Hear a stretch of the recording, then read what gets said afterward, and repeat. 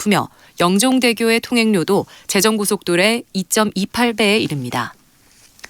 끝으로 날씨입니다. 오늘은 전국에 구름이 많이 끼는 가운데 낮 기온이 30도 안팎까지 오르겠습니다. 내일도 전국에 구름이 많이 끼겠고 일교차가 큰 날씨가 이어지겠습니다. 제주도에는 아침에 비가 조금 오는 곳이 있겠습니다.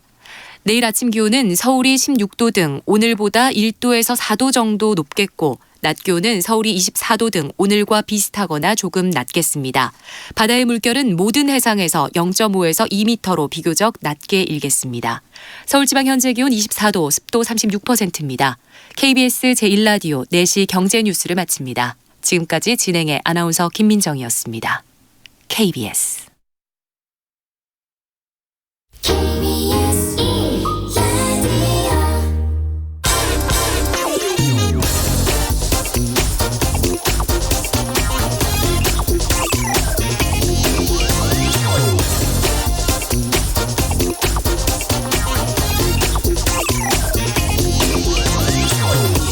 현대제철이 대기 중에 청산가스 시아나수소를 내뿜고도 이를 20개월 동안 은폐해왔다는 뉴스가 얼마 전에 나왔었죠.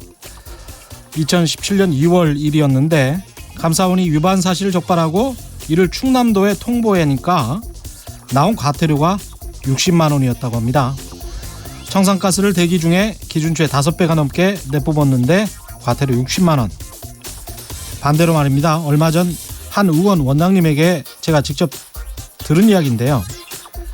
이 의원 원장님이 잘 몰라서 본인의 무지로 물리치료사를 오전에만 고용했다가 그랬다가 적발돼서 나온 벌금이 4억 원이었다네요. 이런 경우들 많습니다. 장사 좀 해보겠다고 식당 앞 도로에 의자 몇 개만 갖다 놔도 벌금 몇백만 원이 나오는데 어떻게 대기업 재벌은 대기 중에 청산가스를 내뿜는데도 60만 원을 내고 말까요? 현대제철은 지난 12년 동안 각종 사고로 35명의 노동자가 사망한 곳이죠. 그중에 29명은 하청 노동자였습니다. 우리 언론이 말하는 게 항상 있죠. 기업하기 좋은 나라를 만들어야 한다. 규제가 많으니까 대기업들이 다 떠난다. 아니요, 아닙니다. 사람들이 이렇게 많이 죽어도 고작 벌금 얼마 내고 그럼 그만이고 청산가스를 대기 중에 이렇게 뿌려도 과태료 60만 원을 내는데 이것보다 더 대기업 재벌하기 좋은 나라가 지구상에 어디 있을까요? 산업용 전력도 전 지구상에서 OECD 국가 가운데 가장 싼 곳이 대한민국입니다. 우리 언론 좋아하는 미국 가서 이런 짓 해보시기 바랍니다. 기업 문 닫아야 합니다. 안녕하십니까. 세상에 이익이 되는 방송 최경영의 경제쇼 출발합니다. 오늘 안 좋은 소식이 아침부터 들려왔죠. 헝가리 부다페스트에서 한국인 관광객 33명이 타고 있던 유람선이 침몰해서 이 가운데 최소 7명이 숨졌고 19명에 대한 구조 작업이 진행 중입니다. 지금 현지 시간이 오전 9시 12분 정도네요. 어느 정도 날이 밝았으니까 상황을 구조를 열심히 할 수 있을 것도 같은데 외교부는 사고 선박 탑승자 35명 중 한국인이 33명이었다는 사실을 확인했고요. 사망자는 한국인 7명, 헝가리인 1명이라는 것도 다시 확인했습니다. 사고 유람선은 크루즈선과 충돌해서 침몰한 것으로 알려지고 있습니다. 여행사 측은 사고 가족들 모두를 연락해서 희망 가족 전원을 현지로 이동시킬 예정이고요. 내일 새벽 1시 사고 가족 중에서 최소한 5명이 처음으로 출발을 한다고 합니다. 관련되는 소식 있으면 계속 전해드리도록 하겠습니다.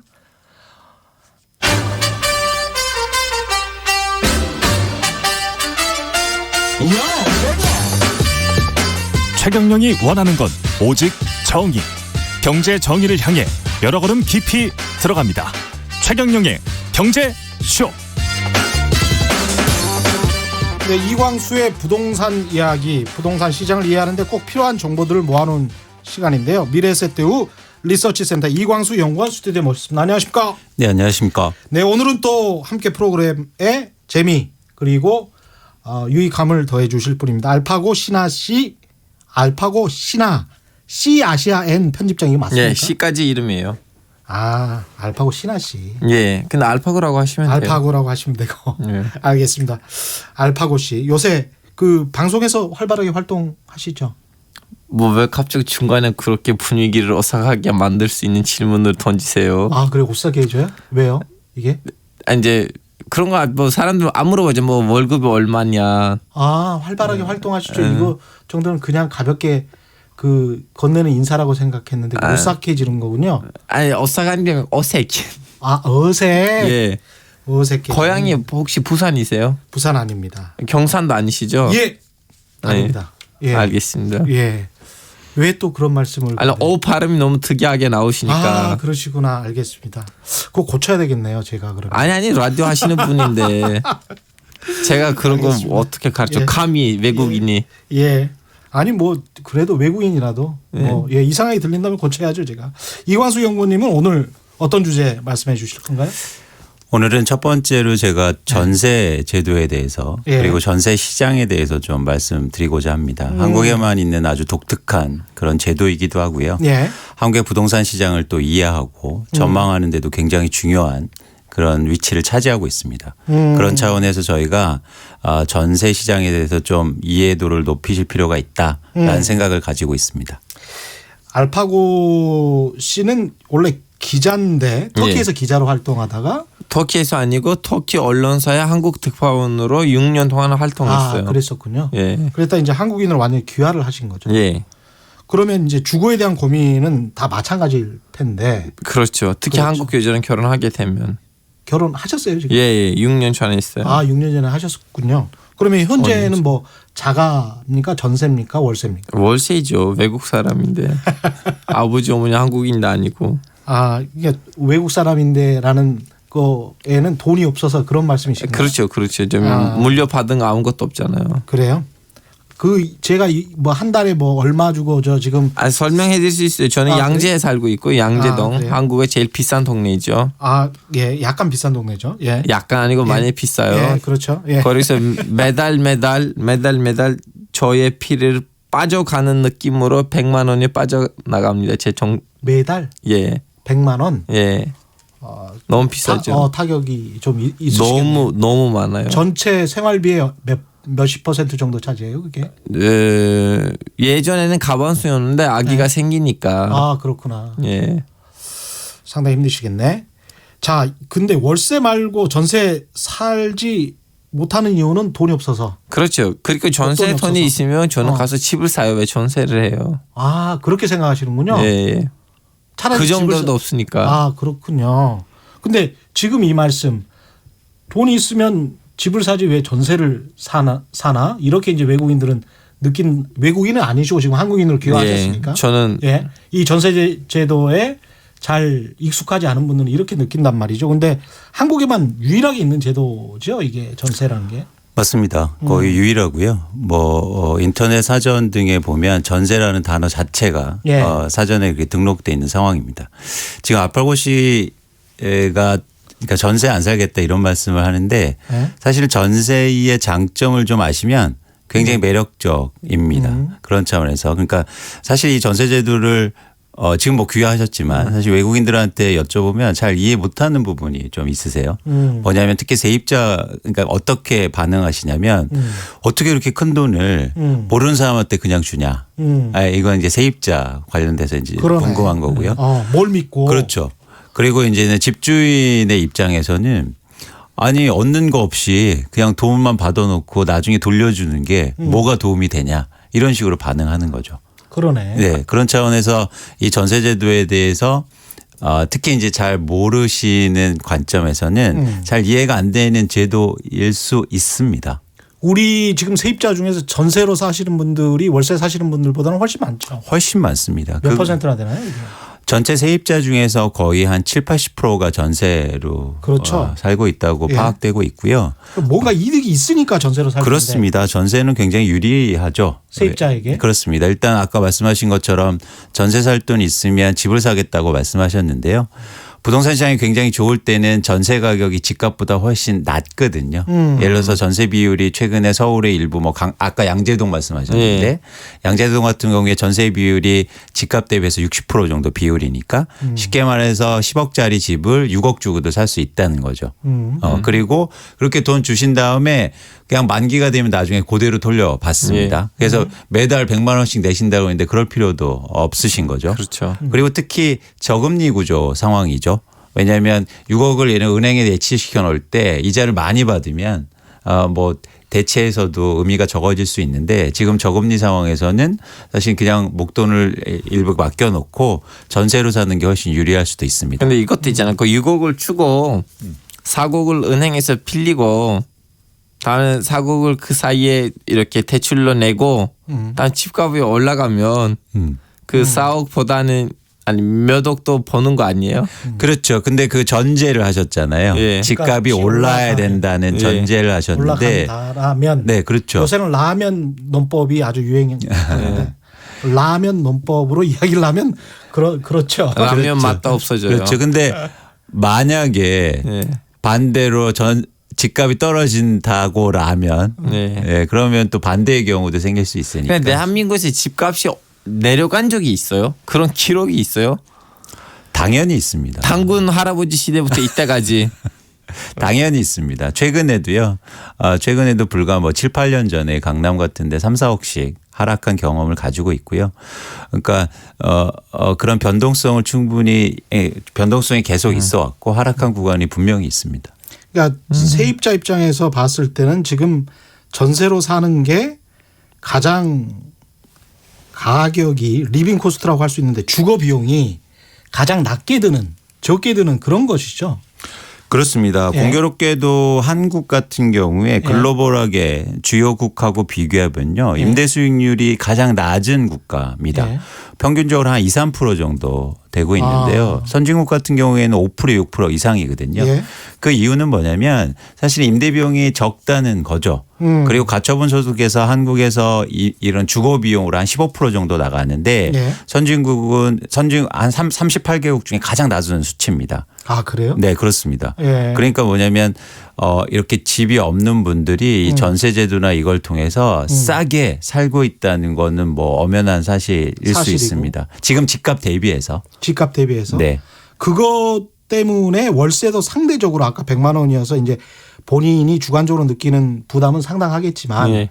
상대적으로 다른 나라에 비해서 월세의 그 가격도 좀 낮은 편인가요? 그렇습니다. 서울의 양재동이라고 그러면 핵심 지역일 수 있는데요. 예. 그런 지역에 이렇게 뭐 그러니까 주관적인 차이가 있겠지만 상대적으로 낮다고 일단 판단하고 있습니다. 근데 5% 6% 말씀하셨는데 외국 같은 경우 우리보다 이제 발달한 아니면 또는 1인당 GDP가 높은 선진국이라면 5% 6%의 월세 수익률이면 그 나라의 금리 수준을 놓고 본다면 우리보다 조금은 낮을 것이기 때문에 상당히 큰 수익이라고 볼 수 있습니다. 맞습니다. 그래서 주택을 통한 임대 수익률이 상당히 높고요.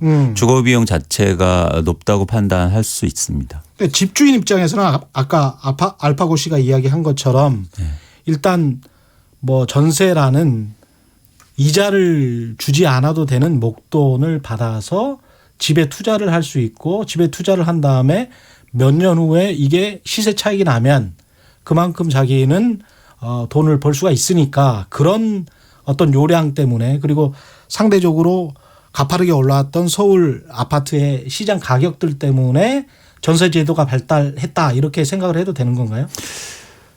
그 지점에서 이제 두 가지를 말씀드리고 싶은데요. 첫 번째는 말씀하신 것처럼 지금 알파고 씨 같은 경우에 집값이 오르는 경험을 하셨죠. 최근 5, 6년간. 그러니까 집값이 계속 오른다는 이런 어떤 그 믿음 이런 게 있기 때문에 굳이 전세 살 필요 있냐. 그래서 오히려 대출받아서 집을 사겠다라는 사람들이 실제로 많습니다. 그래서 이런 집값이 올라갈 기간에는 전세 수요가 훨씬 줄어들어요. 그러면서 집을 살려는 수요들이 많아지죠. 반대로 제가 말씀드렸듯이 2010년부터 2013년 정확히는 2007년부터 2013년까지 집값이 떨어질 때는요.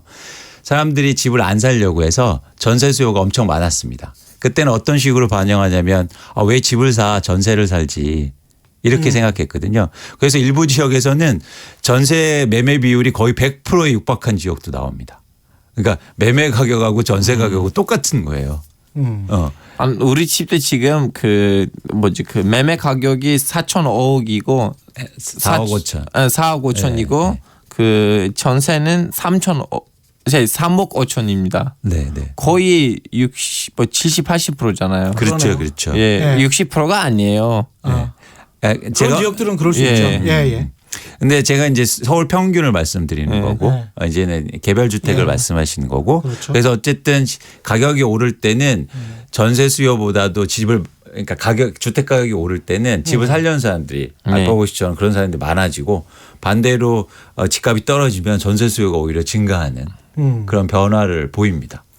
0073님이 이런 문자 보내주셨네요. 그러니까 제가 아까 말씀드린 것처럼 전세를 끼고 집을 사서 시세 차익을 노리는 것 그게 갭 투기잖아.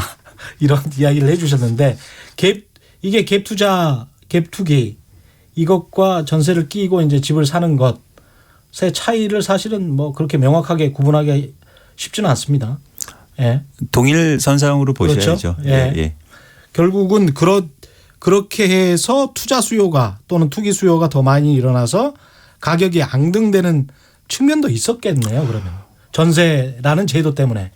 분명히 있습니다. 특히 한국의 부동산 시장에 유일하게 이 전세 제도가 있기 때문에 가격의 변동성을 키우는데 되게 지대한 역할을 하죠. 그 요인이기도 하고요. 왜냐하면 기본적으로 그 뭐 선진국이라고 이게 선진국이라는 표현을 좀 그런데 다른 비교 국가 나라들을 보면은 전세 제도가 없고요. 집을 구매할 때 은행에서 대출을 받습니다. 일종의 모기지라고 하죠.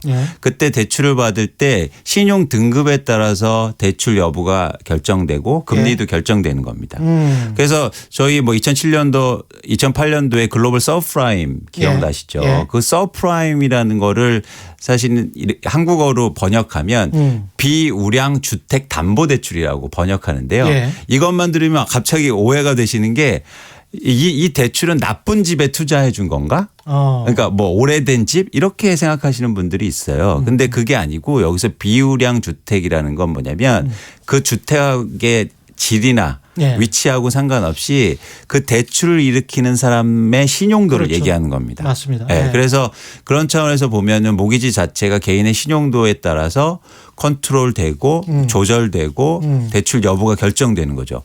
근데 한국은 사실은 신용도가 낮아도요. 대출 전세 제도를 통해서 집을 살 수가 있어요. 그러네요. 일종의 사적 대출이 가능한 거죠. 사적 대출이죠, 그게. 그렇습니다. 전세라는 게. 그렇다 보니까 투자하려는 사람들, 집을 살려는 사람이 훨씬 더 많아지게 되는 겁니다. 신용도하고 상관없이. 그러다 보니까 일반적으로 투자나 투기 수요가 많아지게 되고요. 전세 제도를 통해서. 그렇죠. 그래서 시장의 변동성을 훨씬 더 키우는 역할을 하고 있다는 겁니다. 이게 뭐 400조네 500조네 그런 이야기가 나왔었잖아요. 전세금 규모가 보증금 규모가 어느 정도 됩니까 지금 현재 정확하게? 정확히 규모는 이제 파악 안 되지만 한 600조에서 700조 정도로 파악이 되고 있고요. 최근에 전세가 또 전세 비율이 전세금이 올라가면서 더 급증한 측면이 있습니다. 이게 사실은 결정적으로 가계대출일 수도 있거든요. 가계부채. 그렇죠. 그런 것들이 저희는 아직 이게 계산이 사실은 안 된 상황이죠. 그러니까 집주인 입장에서는 전세 만기가 되는 전세 자금하고 그다음에 은행 이자 플러스 은행 원금하고 이게 모두 다 대출일 수가 있는 거잖아요. 그래서 갑자기 전세 가격이 떨어진다거나 집 가격이 떨어지면 전세 가격도 돌려줘야 되고 그다음에 대출 이자나 원금도 갚아야 되는 그런 상황이 와버리면 굉장히 이제 안 좋은 시장 상황이 된다는 것이죠. 맞습니다. 그런 불안감이 조금 있죠. 그렇습니다. 그래서 예를 들면 말씀드리지만 모기지 은행에서 모기지 대출할 때 한국에서 집을 뭐 100채를 사거나 200채를 사거나 거의 불가능하거든요, 개인이. 그런데 우리나라 임대사업자가 거의 43만 명 정도가 돼 있고요. 이게 보면은 통계 자료를 보면은 집을요 30가구 이상 갖고 있는 우리나라 다주택자가요 거의 4,600명이 넘습니다. 4,600명. 그리고 가장 많이 갖고 있는 분이 한 명이 2,000가구를 넘게 갖고 있어요. 그건 또 다른 라디오에서 들은 적이 있었어요. 네. 그러니까 뭐냐면 사실은 이게 공적인 대출 시스템을 통해서 는 도저히 불가능한. 그렇습니다. 근데 전세 대출을 통해서는 사실 저희가 전세할 때 그 집주인이 신용도 직업이 뭔지 이거 보지 않지 않습니까? 그렇죠. 네, 이거 뭐 오히려 집주인이 세입자에게 뭐 하세요 이렇게 물어보는 경우가 많잖아요. 예. 그렇죠. 본인이 사실은 돈을 빌려가는 건데. 예. 그렇죠. 우리한테 물어보는 그렇죠. 세입자에게 저도 물어보는 경우가 당했어요. 많죠. 면접 당했어요. 아, 그렇습니다. 그러니까 특히 더더욱가나 외국인인데 혹시나 모르니까 근데 이게 철저히 전세 얻을 때 똑같으시거든요. 내가 그러니까 쉽게 말해서 내가 돈을 꿔주는 건데. 그렇죠. 네. 그렇게 생각할 네. 수도 있잖아요. 그럼요. 그런데 그 돈을 꿔주는 사람에 대해서 전혀 알지도 못할 수도 있다는 겁니다. 그런데 그런 분들이 막 100채, 200채를 시장 좋을 때 전세가 올 때 사놨다가 사실 문제가 될 수도 있는 거죠. KBS 뉴스에서도 최근에 좀 여러 번 지적한 것 같습니다만은 그렇게 세입자들이 집주인의 신원 파악도 못하고 있다가 나중에 이제 전세 만기 때 이거를 전세금을 받으려고 하는데 집주인을 연락도 못하는 경우도 있고 전화번호도 바꿔버리는 경우도 있고 그랬다가 이제 다시 겨우 연락하고 나면 새로운 세입자가 올 때까지 좀 기다려라라는 이야기만 듣는 경우도 있거든요. 맞습니다. 그런데 이게 이제 법적으로 해결하려면 굉장히 오랜 시간이 걸리니까 그렇습니다. 어쩔 수 없이 기다려야 되는 그런 상황이 많습니다. 사실 세입자들은. 그렇습니다. 특히 시장이 부동산 가격이 또 빠지고 안 좋을 때 그리고 전세 가격이 최근처럼 빠지는 구간에서는요. 네. 리스크가 점점 확대되고 있죠. 실제로 전세보증 사고라고 그래서 집주인들이 전세금을 다시 돌려주지 않거나 아니면 말씀하신 거 연락이 안 되거나 이런 사고가 2017년도엔 33건밖에 없었는데요. 최근에 급증하고 있는데 지금 이미 지난해 한 370건으로 증가했고요. 예. 그리고 올해 3월까지 이미 200건이 넘고 있습니다. 그래서 올해는 뭐 한 1,500건 이상이 될 것 같거든요. 예. 그래서 그런 차원에서는 좀 이게 결코 그렇게 쉬운 문제는 아니다라는 생각을 갖고 있습니다. 네, 그럼 여기서 잠깐 헝가리 부다페스트 유람선 사고 관련 속보 들어보고 다시 돌아오겠습니다. 헝가리 정부가 오늘 중으로 다뉴브강에서 사고 유람선을 인양할 예정이라고 최규식 헝가리 주재 한국 대사가 전했습니다. 최 대사는 또 헝가리 정부에 헬기를 동원하고 사고 유람선 선내 수색을 우선적으로 해달라고 당부했다고 전했습니다. 헝가리 부다페스트 다뉴브강에서 발생한 유람선 침몰 사고로 8명이 숨졌고 이 중 7명이 한국인이라고 외교부가 밝혔습니다. 현재까지 우리 정부가 파악한 유람선 탑승객은 모두 35명으로 한국인이 33명, 헝가리인이 2명입니다. 이 중 7명은 구조됐고 수색 작업 중인 대상은 우리 국민 19명을 포함해 20명입니다. 외교부는 헝가리 부다페스트 다뉴브강 유람선 침몰 사고와 관련해 숨진 7명의 한국인 신원이 아직 확인되지 않았다고 밝혔습니다. 또 구조된 한국인 7명 중 일부는 건강 상태가 좋아 퇴원한 것으로 알려졌습니다. 헝가리 부다페스트 다뉴브강에서 일어난 유람선 침몰 사고는 야경 관람을 끝내고 유람선이 정박하기 전 가출항한 대형 바이킹 크루즈선이 유람선 뒷부분을 충돌하면서 일어난 것으로 전해졌다고 참 좋은 여행이 밝혔습니다. 강경화 외교부 장관이 헝가리 부다페스트에서 일어난 유람선 침몰 사고 대응을 지휘하기 위해 오늘 헝가리로 출발합니다. 외교부 신속대응팀 일부는 출국했고 심해 잠수대원을 포함한 소방청 요원도 오늘 중 현지에 급파됩니다. 지금까지 라디오 정보센터 조진주였습니다.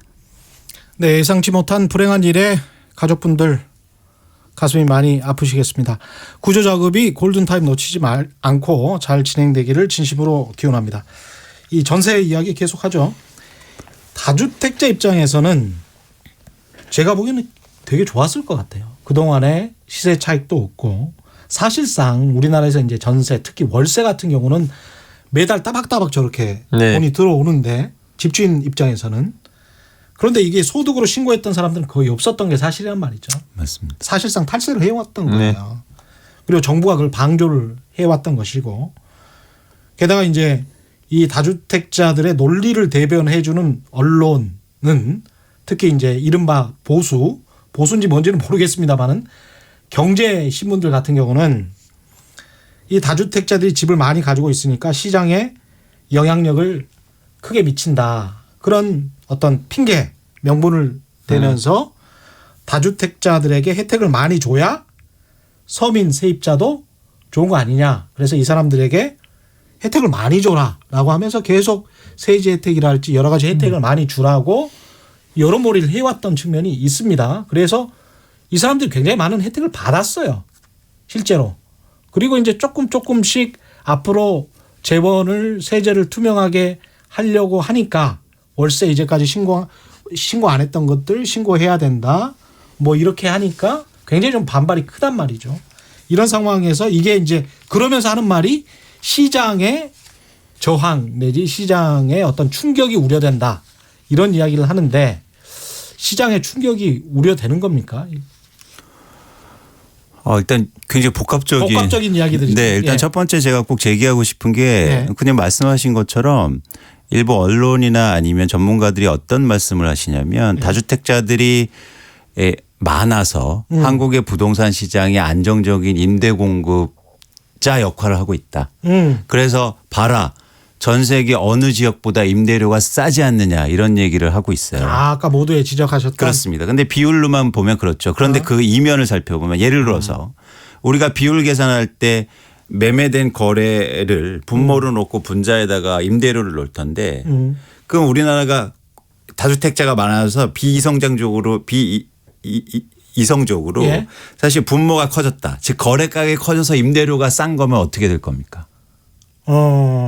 그러니까 저는 사실은 가장 이게 본말이 약간 전도된 그러네. 거라고 생각하죠. 다주택자들이 문제 제기를 저희가 하는 건 과도하게 주택 가격을 올리고 있다는 겁니다. 그래서 임대료가 그만큼 우리가 사용 가치가 없는데도 임대료율이 싸진 것처럼 느껴지는 거예요. 그렇죠. 그리고 근본적으로 주거복지 차원에서 그리고 일종의 중산층의 주거복지 차원에서는 임대료를 싸게 주는 게 중요한 게 아니고요. 주택 가격을 안정적으로 이루어져 하는 게 더 중요한 문제입니다. 그렇죠. 그렇게 되면 계속 다주택자가 이렇게 시장에서 마치 선한 예. 사마리언처럼 그렇게 대우받아서는 안 된다는 겁니다. 그러니까 이게 투자나 투기 수요, 특히 투기 수요 같은 경우에 규제가 필요한 이유이기도 하고요. 물론 단기적으로 그런 분들이 시장에 매물을 내놓고 임대를 줄이면서 뭐 충돌이 있을 수는 있겠죠. 예. 그런 건 근데 장기적으로 저희가 감내할 만한 노이즈라고 일단 생각하고 있고요. 그런 차원에서 이제 첫 번째를 말씀드렸고 두 번째는 저희가 이제는 보고 싶은 게 얘기 드리고 싶은 게 이런 다주택자가 양산되면서 시장이 굉장히 변동성을 키운다는 거죠. 변동성을 키운다. 예. 그러니까 아까 말씀드린 것처럼 수익성이 높았다고 얘기하셨는데 되게 재미있는 수치가 있는데요. 서울의 아파트 가격이 2010년도에 평균 아파트 가격이 5억 정도였습니다. 예. 그런데 전세 가격이 한 2억 정도였죠. 그러면은 그 집을 내가 투자 목적으로 샀을 때 3억이 필요했습니다. 근데 2015년도에 5억이 그냥 5억으로 똑같았어요. 매매 가격은 오르지 않고. 그러니까 똑같았죠. 그러니까 그 얘기는 물가 상승률 감안하면 떨어졌다는 얘기입니다. 평균 가격이. 근데 반면에 전세 가격이요. 2억에서 3억으로 오릅니다. 그러면 집을 살 때 내 돈이 적게 들어가죠. 옛날엔 3억이 필요했는데 지금 2억이 필요한 거죠. 그렇죠. 그러면서 갑자기 집을 사는 사람들이 많아진 거예요. 왜냐하면 3억 가진 사람보다 2억 가진 사람이 훨씬 많을 테니까. 그러면서 시장에 투자 목적의 수요사들이 많아지고 그러면서 그 이후로 갑자기 주택 가격이 막 급등하기 시작합니다.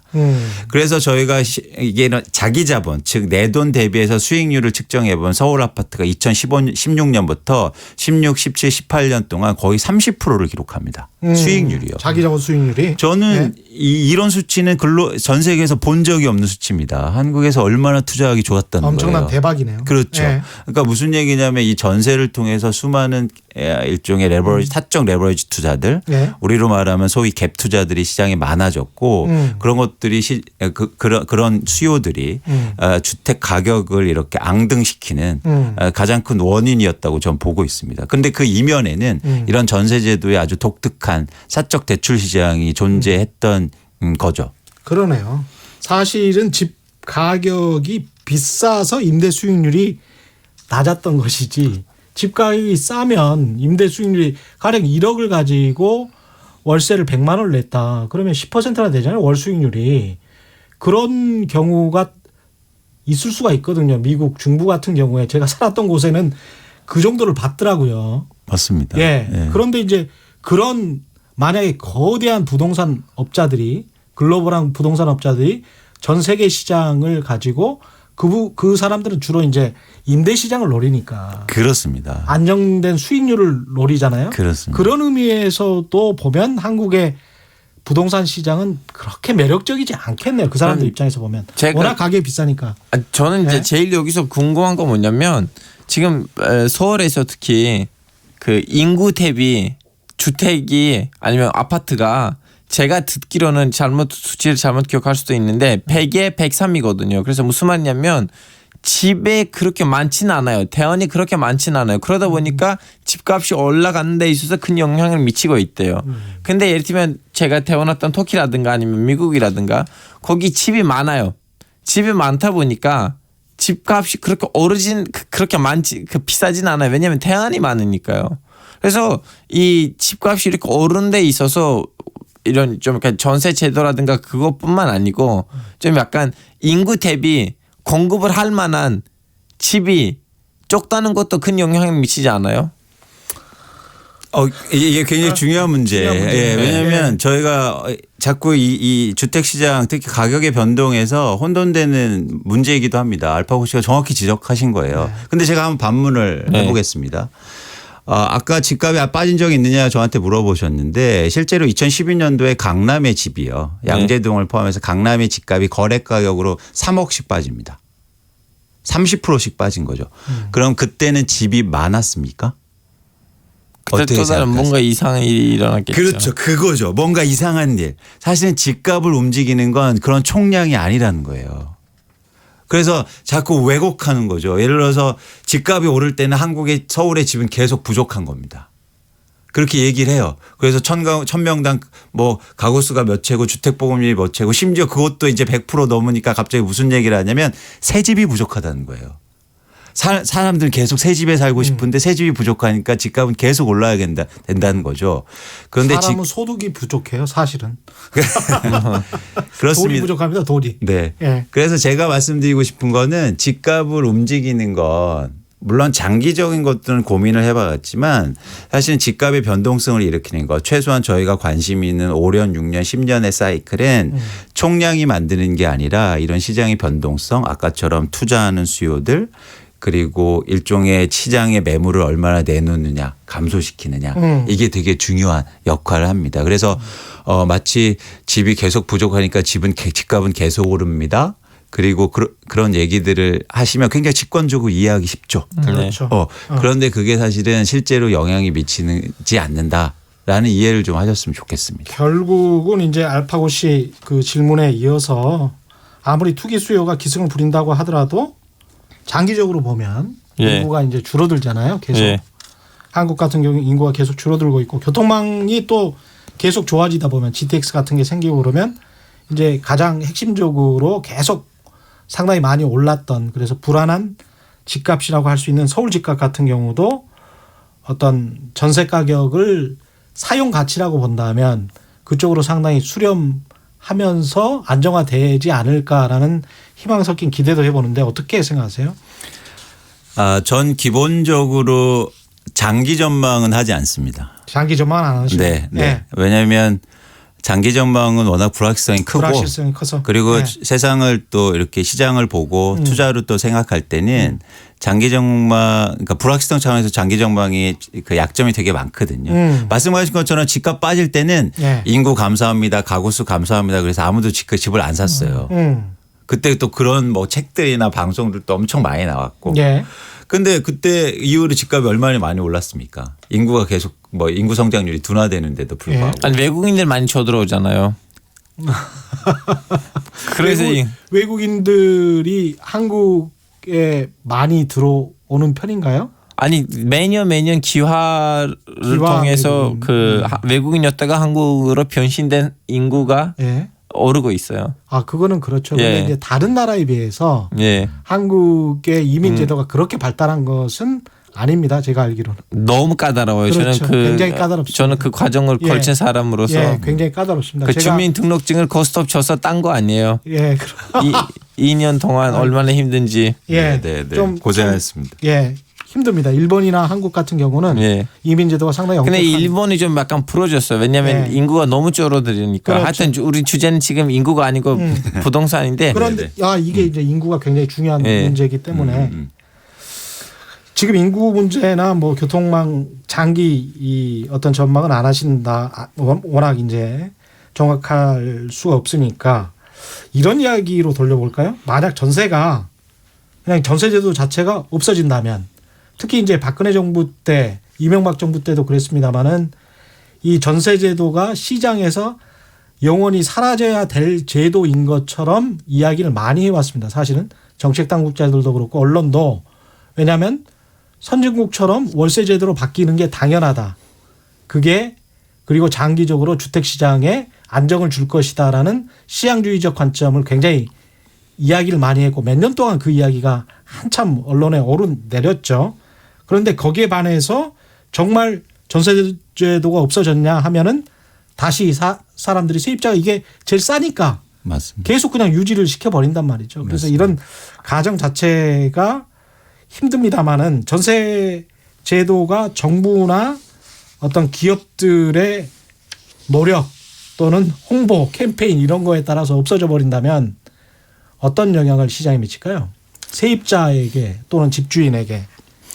일단 현실적으로 전세제도가 한국에서 없어지기는 굉장히 힘든데 예. 전세제도 자체가 이렇게 커진 거는 사실은 정부나 법률적으로 보장이 있었기 때문입니다. 임대차 보호법이 생기면서 예. 세입자를 우선적으로 보호해 주니까 예. 세입자가 안심하고 전세제도에 뛰어든 거죠. 음. 그래서 실제적으로 이런 전세제도에 약간 뭐 시장의 변동성을 키우고 다주택자를 양산하고 투기 수요를 많이 양산한다는 차원에서 전세제도를 규제하고 예. 다시 시장에 없애기 위해서는 그 임대차 보호법을 전 손봐야 되거든요. 아, 그렇군요. 네. 그래서 네. 그런 이제 정치권의 의지라든가 뭐 그런 여론들이 형성될지는 좀 의문시 되지만 일단 가정하고 예. 만약 변경이라도 없어진다면 예. 단기적으로는 크게 이제는 시장에 혼란이 있겠죠. 특히 뭐 시장에서 이제 가장 우려되는 게 임대 물건이 많이 줄 거다 이런 얘기를 하는데 그렇다고 집이 없어지는 건 아니니까 예. 그럴 것 같지는 않은데 예. 이게 그러니까 전세제도의 사적 대출을 어떻게 공적 대출로 전환시키냐나 금융시장에 큰 대란이 올 수도 있습니다. 예. 그런데 아직 그런 준비를 우리나라 공적인 대출기관 즉 은행이라든지 이런 금융기관들이 하지 못하고 있는 상황이거든요. 예. 그래서 어쨌든 금융기관의 혼란은 좀 불가피하지 않느냐 생각을 하고 있습니다. 이 전세 가격의 바로미터 그러니까 아파트 가격의 바로미터가 전세 가격이라는 생각 때문에 전세 가격이 어떻게 될 거냐 전세 가격 변동이 아파트 가격에 확실하게 어떤 영향을 미치고 있는 거 아닌가 이런 생각을 하잖아요. 그러면서 전세 가격 추이를 면밀히 이렇게 관찰을 하는데 어떻습니까? 전세 가격 변동이 아파트 가격에 확실히 영향을 미칩니까? 확실히 영향을 미치고요. 예. 명확하게 투자 수요에 영향을 미치기 때문입니다. 그래서 제가 명확히 알려드릴게요. 투기 수요에 영향을 미친다. 그렇습니다. 명확히 알려드릴게요. 네. 전세 가격이 상승하면 투자 내지 투기 수요가 증가합니다. 그러면 가격이 오르겠죠. 반대로 전세 가격이 하락하면 예. 내 돈을 많이 넣어야 되고 수익률이 떨어지니까 예. 투기 수요가 하락합니다. 아까 말씀하신 자기 자본. 그렇습니다. 예. 감소합니다. 투자나 투기 수요가. 예. 그럼 가격이 하락하겠죠. 그러네요. 그래서 이게 시간차가 있겠지만 전세 가격을 면밀히 살펴보실 필요가 있어요. 그런데 이게 애매하게 또 어떤 현상이 벌어지냐면 전세 가격이 왜 상승하냐면 사람들이 집을 안 사기 때문에 전세 가격이 상승하는 경우가 있습니다. 그러니까 시장이 안 좋을 때 역설적으로 전세 가격이 먼저 상승하죠. 예. 그렇게 되면 순차적으로 투자 수요가 증가하면서 시장을 좋게 만드는 네, 그런 선행 구조를 만들고요. 상당히 순환적이군요. 그렇습니다. 예. 그러면서 이제 계속 사이클을 만드는 거거든요. 그래서 실제로 이 전세 가격을 통해서 여러분이 사이클을 읽으실 수 있는 거예요. 그래서 제가 계속 강조하지 않습니까? 내 집을 살든 전세를 살든 월세를 살든 어쨌든 언제가 되게 중요하다. 예. 그런 언제를 찾는데 이 전세 가격을 일종의 신호 예. 그리고 지표로 삼으시면 굉장히 좋은 거죠. 지금은 그러면 사이클상 어떤 사이클인가요? 전세 가격이 약보합 정도로 서울 수도권은 지금 이야기가 되고 있는데 맞습니까 그거는? 그렇지 않습니다. 전세 가격이 상당히 많이 빠지고 있고요. 약보합보다 더 많이 빠지고 그렇습니다. 있다? 예. 그래서 특히 2019년 들어오면서 전국의 전세 가격이 전년 대비해서 굉장히 빠른 속도로 빠지고 있고요. 서울은 평균적으로 마이너스 한 5.8% 정도 하락하고 있고 예. 경기 지방은 4% 이상 하락하고 있습니다. 예. 전국적으로도 지방 같은 경우는 더 빠른 하락세가 이어지고 있죠. 그래서 이런 것들은 사실은 약간 부동산 시장의 변화를 미리 예측하는 그런 예측할 수 있다고 말씀드릴 수 있고요. 그럼 아까 말씀하신 대로 비춰보면 전세 가격이 상당히 많이 하락하고 있으니까 투기 수요가 감소하고 있고 결국은 아파트 가격이 빠질 것이다. 그렇게 예측할 수 있습니다. 그렇습니다. 그게 이제 선행 구조로 이어질 가능성이 있고요. 예. 상세하게 제가 좀 알려드리고 싶어요. 왜냐하면 어느 지역이 많이 빠지고 있냐 정확히 아실 필요가 있으니까. 서울 지역을 구별로 살펴보면 강동구 전세 가격이 최근에 10% 이상 하락했고요. 예. 성동구, 송파구, 성북구, 서대문구가 10%대 하락률을 보이고 있습니다. 와, 10%대면 그렇습니다. 굉장히 빠른 속도로 빠지고 있는 거죠. 예. 경기 지방 같은 경우에 동두천시, 하남시, 동두천은 약간 특수한 상황이 좀 있고요. 예. 미군 이전이라는. 그다음에 하남시, 성남시, 의왕시가 하락폭이 커지고 있는 상황입니다. 그렇군요.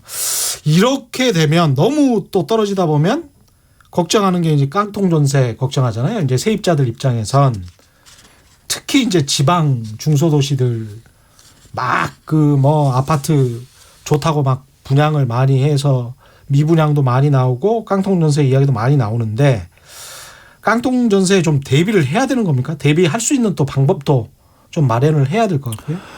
이미 말씀드린 것처럼 지방을 중심으로 해서 전세금을 돌려받지 못하는 경우들이 왕왕 생겨나고 있고요. 전혀 없다가 생기는 거는 변화의 신호를 주고 있는 거죠. 예. 그래서 실제로 한국은행 보고서에 따르면 전세 가격이 10% 빠질 때 전세 세대 중에서 약 3만 2천 가구가 전세 문제가 불거질 수 있다라는 자료를 발표했습니다. 그러면 주택 임대 가구의 약 우리나라 전체 임대 가구가 211만 가구 정도 되는데 그중에서 한 1.5% 정도가 전세금을 돌려받지 못할 경우가 생기는 거죠. 예. 이건 상당히 큽니다. 큰 수치라고 보시면 될 것 같고요. 준비를 하셔야 됩니다. 특히 매매 가격 대비해서 전세 비율이 굉장히 높은 지역을 중심으로 높았던 지역 그리고 그렇게 전세 가격에 사신 분들은 사실 대비를 좀 하실 필요가 있죠. 그래서 대비를 하는 가장 좋은 방법은 전세 보증보험을 드릴 수 있어요. 전세 보증보험 내 돈 들어가잖아요. 근데.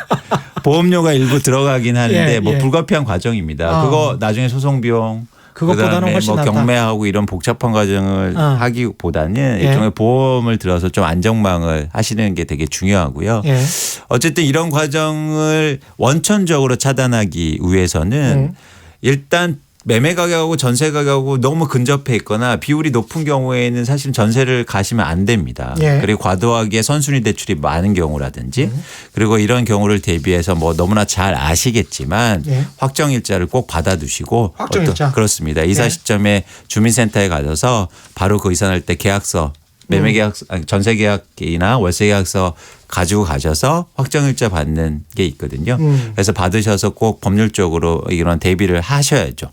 그래서 그런 점에서 조금 저는 전세 가격 하락폭이 좀 커질 수 있다는 거고요. 예. 원인을 좀 아셔야죠. 전세 가격이 왜 빠지느냐. 전세 가격이 왜 지금 빠지느냐. 그 이유는 뭐냐면 주택 가격이 오르면서 건설사들이 아파트를 많이 지었습니다. 예. 그렇다 보니까 특히 지난해부터 아파트 입주 물량이 많이 증가하고 있거든요. 새 집이. 예. 그래서 전세 가격은 사실은 철저하게 실수요와 실공급을 대변하는 수치입니다. 예. 그러니까 시장의 아파트가 증가하니까 공급이 증가하니까 당연히 전세 가격이 빠지고 있는 거죠. 그러게 말이요. 집을 많이 지어야 돼요. 예, 많이 지었습니다. 그게 이제 더 많이 나오고 지읍시다. 아니 잠깐만요. 더 많이 네. 막 지어버리면 또 아파트 가격이 너무 많이 빠지면 또 국가 경제에 또 다른 악영향을 미칠 수가 있으니까요. 적당히 지어야 되겠죠. 모르죠. 그것도 좀 약간 그러니까 그게 명확하게 미래를 또 예측하는 부분이 또 좀 있잖아요. 그래서 이제 미래의 수요를 예측하는 측면이 있습니다. 근데 그 알파고 씨가 말하는 많이 지을 수 있는 걸 좀 세그먼트별로 분리할 필요가 있는데요. 네. 저소득층이나 이런 주거복지를 위한 주택들은 많이 지어야 됩니다. 말씀하신 거죠. 그거는 진짜 필요합니다. 특히 그렇죠. 한국에서. 왜냐하면 저기 전세제도 지금 얘기하지만 이 전세제도를 정부에서 약간 방조하고 느낌이 있어요. 임대시장 특히 저소득층이나 주거 취약 세대의 임대시장은 정부가 보증하고 정부가 해야 될 역할입니다. 아니 이 집세 문제 때문에 집 문제 때문에 결혼 안 하는 커플도 너무 많아요. 그러니까 그래서 지금 이 네. 인구라고 문제를 하고 다음에는 뭐 저출산 문제를 가지고 있는데 다 그 안에는 이 주택 문제가 있다고 생각하거든요. 그렇습니다. 맞습니다. 그래서 좀 네. 차별해서 네. 그런 계층이나 청년주거 복지를 위해서 임대주택이라든가 행복주택 뭐 최근에 정부가 하고 있는 그런 것들은 공급을 말씀하신 건 늘릴 필요가 있고요. 차적 대출 이런 거 말씀하신 아파트라든지 뭐 좋은 지역의 아파트는 사실 공급이나 수급 조절을 좀 할 필요가 있습니다. 하여튼 이 계기로 저한테 무슨 뭐 부동산 업체에서 CF 요청이 와서 그 CF를 통해서 전 집으로 좀 넘어갔으면 좋겠어요. 무슨 말씀이신지. 아니 이해하는 사람들은 막 웃었어요 이미. 아 그래요? 예. 네. 지금 속보 잠깐 전해드릴까요? 주 헝가리 대사가 5분 전 뉴스인데요. 헝가리 당국이 오늘 중 유람선 인양 예정이라고 밝혔네요. 헝가리 정부가 오늘 중으로 단위보강에서 사고 유람선을 인양할 예정이라고 최규식 헝가리 주재 한국 대사가 전했습니다. 앞으로도 KBS 1라디오는 헝가리 유람선 속보를 계속 보내드리겠습니다. 네, 오늘 말씀 여기까지 감사드리고요. 지금까지 이광수 미래에셋대우 리서치센터 연구원과 알파고 신하씨 아시아 N 편집장과 함께했습니다. 고맙습니다. 네 감사합니다. 고맙습니다. 예, 저는 KBS 최경련 기자였습니다. 세상에 이익이 되는 방송 최경련의 경제쇼였습니다. 고맙습니다.